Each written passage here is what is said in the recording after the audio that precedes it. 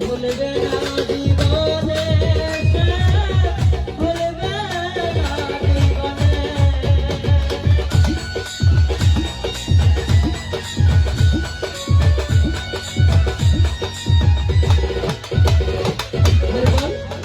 কৃষ্ণ যখন বৃন্দাবনে মথুরায় চলে গেছে কত বছর পরে আসছিল কে বলতে পারবে? 100 বছর পরে।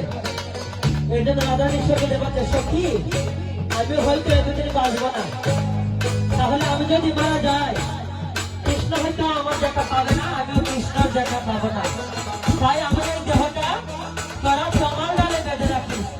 তাহলে কৃষ্ণ যদি এই পথ দিয়ে আসে তাহলে সেই কৃষ্ণের চরণের ধুলি লেগে আমার জীবন ধন্য হবে।